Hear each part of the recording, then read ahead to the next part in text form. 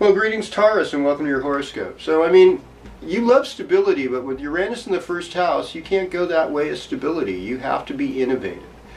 You have to be tech savvy. You have to be a little more progressive politically, a little more revolutionary, a little bit more of a better listener, holding space for others. It's not a time to be stuck. You know, if you're a Taurus man that's super macho, maybe it's time to wear a kilt, you know, just to embrace some of your femininity, to be in a place that's different that way. You know, Venus in the 5th house has been lovely. It's heart opening. It's loving. You can love like there's no tomorrow. Every day is an opportunity to love. But, you know, I see people proud of themselves because they can identify what's wrong.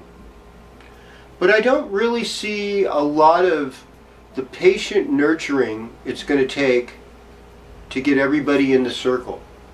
You know, righteous indignation may have burned bridges and burned down churches and houses and created deaths and fighting, but there's seldom a lot of peace. Afterwards you got to negotiate anyhow and pick up the pieces. So why just even get involved with all that anger garbage? You know, it's not really helping. You know, love is the key. And there's aspects of your life now that are a little less grounded, and so you appreciate family, you appreciate parents, you appreciate home more. And some of your best talents and skills are being seen by the public. And if you can control, through self-control and spiritual awareness, some of the harder aspects of difficulties that come with life, you're going to do okay. You know, get yourself a group of spiritual friends to hang out that are holding you to your best potential. That's going to help. You know, and this is kind of a romantic moon for you this weekend. You know, moon in Scorpio, especially Friday and Saturday. It's going to be lots of sweetness there. Okay. Well. Hello Gemini, and welcome to your horoscope. So, it sort of went like this. We're moving from this place of focusing on security and finances and family to more like siblings and cousins and friends. What is the poetry of life? How do we communicate? What gives us our connection, our connectedness? Appreciating your natural environment, especially the one that's close to you. Natural environment, you know. There's so much growth. I mean, in most of the country, summertime's when the grass grows the most. This is when there's expansive growth.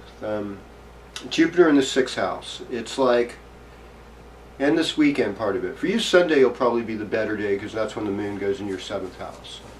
So you'll have a nice, hopefully a nice peaceful Sunday and Monday. But if you work with a team on any project Friday and Saturday with a lot of love, wow. Good things are going to happen. Mountains are going to be moved, and you're going to be part of that movement. You're in a very courageous, adventuresome place in your life right now, and yet you really want to bring forth a higher aesthetic of love. It's just like, I see that, and I think people are all too comfortable with accepting simple answers for this, and I definitely, on the political spectrum, I see this with both the right and the left. It's like, okay, they've got their talk, this is why it's like this. They've got the other talk, this is why it's like this. I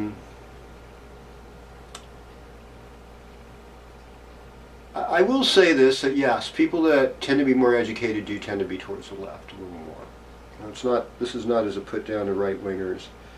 But I do also think that people can fake being smart and kind of rest their laurels in the comfort of the left, and lots of stupid stuff starts happening, which isn't really good either. So Gemini, because you're the one that can see both sides of the story, I'm depending on you to get us out of this mess. And I know you've had some really depressing, hard things to deal with that are real ego-shattering. But you know what? It's in our vulnerability that our real strength lies. It's really from our place of humiliation where we can still say, hey, I was wrong and I want to be renewed. I think we need redemption. We need reconciliation. Otherwise, we can't move forward.